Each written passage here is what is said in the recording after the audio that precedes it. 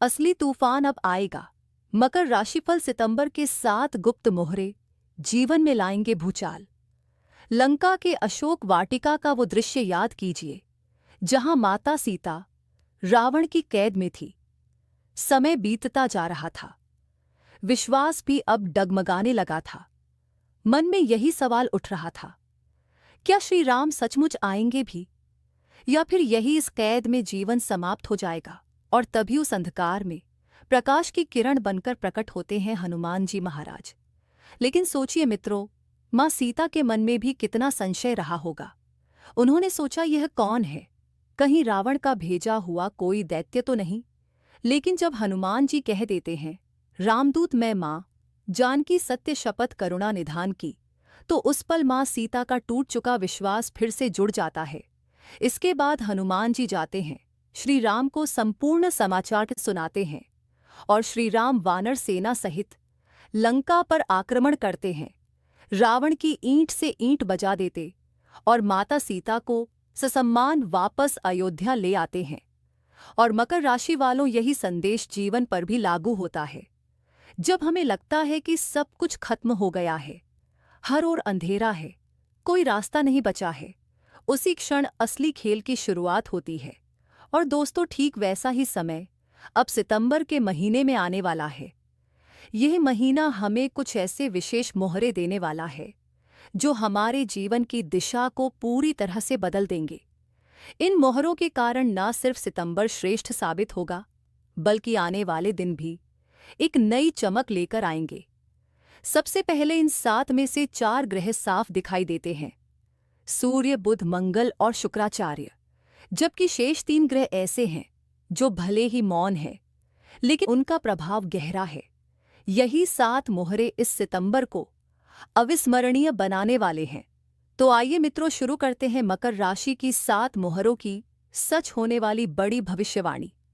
लेकिन वीडियो में आगे बढ़ने से पहले कमेंट बॉक्स में सच्चे दिल से लिखें, हर हर महादेव, जय शिव शंकर, और वीडियो को एक लाइक कर चैनल को सब्सक्राइब जरूर करें।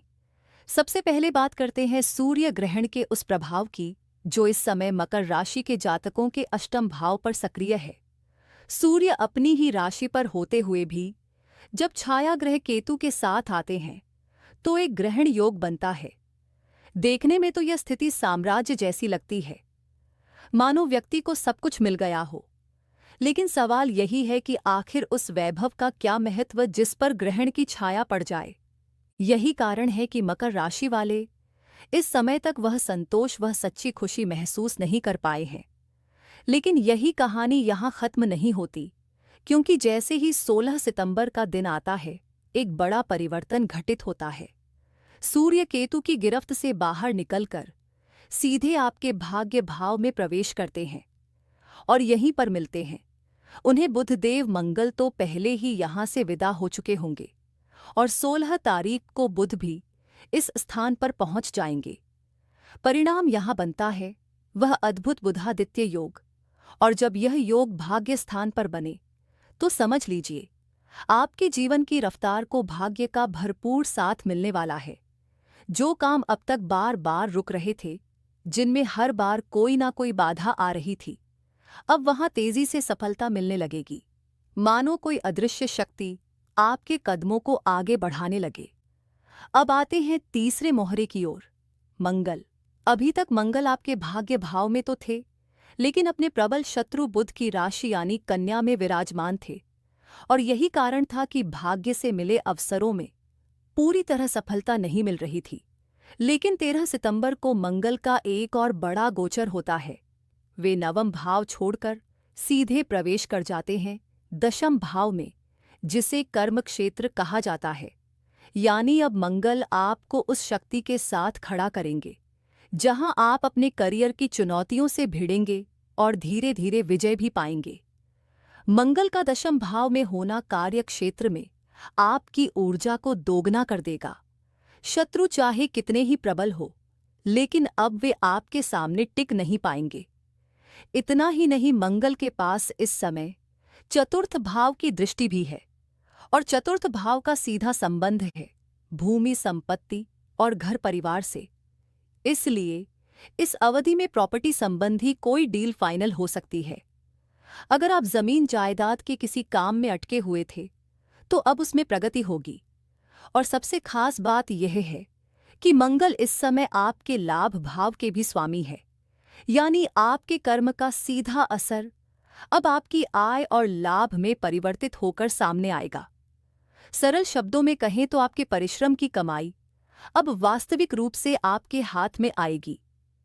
अब बात करते हैं चौथे ग्रह की शुक्राचार्य। शुक्र इस समय आपकी कुंडली के सप्तम भाव में विराजमान है।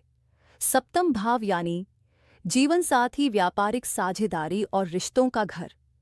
शुक्र का यहाँ होना अब तक आपके वैवाहिक जीवन और व्यापारिक कार्यों के लिए शुभ संकेत दे रहा था। दाम्पत्य जीवन में आपसी समझ बढ़ रही थी और व्यापारिक तालमेल भी सहज बना हुआ था। लेकिन 14 सितंबर का दिन आते ही शुक्र का स्थान परिवर्तन होता है। वे सप्तम भाव छोड़कर सीधे अष्टम भाव में प्रवेश कर जाते हैं। इसका अर्थ यह है कि दाम्पत्य जीवन में अब और अधिक सजग रहने की आवश्यकता होगी। पति के बीच छोटी छोटी बातों पर मतभेद या भावनात्मक दूरी आ सकती है। इसलिए इस अवधि में संवाद और विश्वास को सबसे ऊपर रखना होगा। अब एक और महत्वपूर्ण बात समझिए, शुक्र इस समय दशम भाव के स्वामी भी हैं, और जब दशमेश अष्टम भाव में प्रवेश करता है तो यह संकेत देता है कि आपके कार्य क्षेत्र में अचानक से कोई बड़ा परिवर्तन घटित हो सकता है। यह बदलाव अप्रत्याशित होगा, लेकिन कई बार ऐसे ही परिवर्तन हमें नई दिशा और नई उपलब्धि की ओर ले जाते हैं। हो सकता है किसी काम को लेकर अचानक कोई शुभ समाचार मिले या कोई नया अवसर सामने आए जो आपके करियर को मोड़ दे। अब आते हैं उस ग्रह पर जो मकर राशि के लिए इस पूरे समय सबसे रहस्यमय और सबसे शक्तिशाली भूमिका निभा रहे हैं। राहु देव राहु इस समय आपकी कुंडली के द्वितीय भाव में विराजमान है और यही भाव धन और वाणी से जुड़ा है। खास बात यह है कि राहु सितंबर महीने की शुरुआत यानी 2 सितंबर को ही मृत अवस्था से बाहर निकल आए हैं। राहु जहां भी रहते हैं उस भाव की शक्ति को कई गुना बढ़ा देते हैं, और जब वे द्वितीय भाव में हो तो समझ लीजिए आर्थिक प्रगति का ऐसा दरवाजा खुलता है जिसे कोई बंद नहीं कर सकता। अब केवल सितंबर 2025 तक ही नहीं बल्कि दिसंबर 2026 तक राहु का यह प्रभाव आपके धन भाव पर रहेगा। इतना ही नहीं, राहु इस समय अपने मित्र ग्रह शनि की मूल त्रिकोण राशि में भी है और इसी कारण इसे राहु का साम्राज्य कहा जा रहा है। इसका अर्थ है कि अब आपके पास धन संचय, बड़े लाभ और आर्थिक विस्तार का सुनहरा अवसर है। व्यापार, निवेश या नई योजनाओं में भाग्य साथ देगा और आपकी मेहनत का परिणाम कई गुना होकर आपके पास लौटेगा। अब बात करते हैं अगले ग्रह की, और यह है हमारे न्यायप्रिय शनिदेव। मकर राशि के जातक अभी अभी शनि की 7.5 से मुक्त हुए हैं। यह बहुत बड़ी राहत है क्योंकि 7.5 जीवन की कई कसौटियों पर परखती है। अब शनिदेव ने अपना स्थान बदला है और आपकी कुंडली के तीसरे भाव में आकर विराजमान है। ज्योतिष शास्त्र में कहा गया है कि जब शनिदेव तीसरे, छठे या 10वें भाव में होते हैं तो उनका गोचर सबसे अनुकूल परिणाम देता है। ठीक वैसा ही समय अभी मकर राशि वालों के लिए बना हुआ है। तीसरे भाव पर शनि का होना आपके साहस, पराक्रम और आत्मविश्वास को मजबूत करेगा। जो काम अब तक आप अधूरे मन से कर रहे थे उनमें नई ऊर्जा भर जाएगी। सामने वालों के साथ आपका प्रेजेंटेशन दमदार होगा और आपकी मेहनत पर सफलता का तिलक लगना तय है। लेकिन ध्यान रहे, शनिदेव इस समय वक्री अवस्था में चल रहे हैं। 13 जुलाई से लेकर 28 नवंबर तक यह वक्री रहेंगे, यानी पूरे 5 महीने। इसमें जुलाई और अगस्त तो बीत चुके हैं। अब बचा है सितंबर, अक्टूबर और नवंबर का समय, और यही सितंबर का महीना आपके लिए सबसे महत्वपूर्ण है क्योंकि वक्री शनि हमेशा पुनर्मूल्यांकन कराते हैं। बीते 2 महीनों में शनि ने आपको आत्मचिंतन का अवसर दिया है, लेकिन अब समय है फल देने का। तीसरे भाव पर स्थित शनिदेव अपनी दृष्टि भी डाल रहे हैं। उनकी 7वीं दृष्टि सीधे भाग्य भाव पर पड़ रही है। इसका अर्थ है कि यदि आप किसी बड़े स्थान परिवर्तन, करियर की ऊंचाई या जीवन में नई दिशा चाहते हैं, तो यही शनि आपके भाग्य के द्वार खोलेंगे। इसके अलावा शनि की दृष्टि 8वां, 9, 10 और 12 भाव पर भी पड़ रही है, जिससे जीवन के कई क्षेत्रों में धीरे धीरे सकारात्मक बदलाव होने लगेंगे। हाँ, एक बात हमेशा याद रखिए, शनिदेव विलंब जरूर कराते हैं, लेकिन अन्याय कभी नहीं करते। वे धैर्य मांगते हैं, अनुशासन मांगते हैं, और यदि आप निरंतर अपने कर्मों में लगे रहे, तो निश्चय मानिए कि शनिदेव स्वयं आपके माथे पर विजय का तिलक लगाएंगे। अब आते हैं 7वें और सबसे विशेष मोहरे पर, देव गुरु बृहस्पति, जिन्हें शास्त्रों ने नैसर्गिक शुभ ग्रह कहा है। इस समय यह विराजमान है आपकी कुंडली के छठे भाव में। छठा भाव यानी रोग, ऋण और शत्रु का स्थान। गुरु के बारे में एक खास बात कही जाती है, जहां वे बैठते हैं वहां की नकारात्मकता को कम कर देते हैं, और जहां दृष्टि डालते हैं वहां 100 गुना वृद्धि कर देते हैं। तो सोचिए, अगर रोग, ऋण और शत्रु के घर में गुरु आकर बैठ गए तो क्या होगा। यही कि पुरानी बीमारियां धीरे धीरे विदा होने लगेंगे, पुराने कर्ज चुकाने के रास्ते खुलेंगे और छिपे हुए शत्रु भी निष्क्रिय हो जाएंगे। यानी जिन चुनौतियों से आप सबसे ज्यादा परेशान थे, वही चुनौतियां अब गुरु के आशीर्वाद से समाप्त होती दिखेंगी। लेकिन बस इतना ही नहीं, गुरु की पंचम और सप्तम दृष्टि भी इस समय सक्रिय है।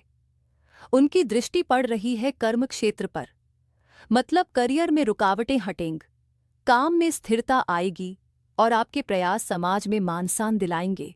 उनकी दूसरी दृष्टि पड़ रही है धन भाव पर, यानी आर्थिक स्थिति मजबूत होगी।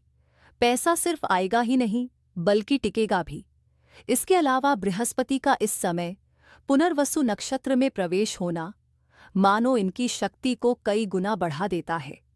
इसलिए यह समय सिर्फ साधारण उपलब्धियों का नहीं, बल्कि विशेष उपलब्धियों का है। चाहे करियर हो, चाहे धन, देव गुरु का आशीर्वाद मकर राशि वालों को नई ऊंचाइयों तक ले जाने वाला है।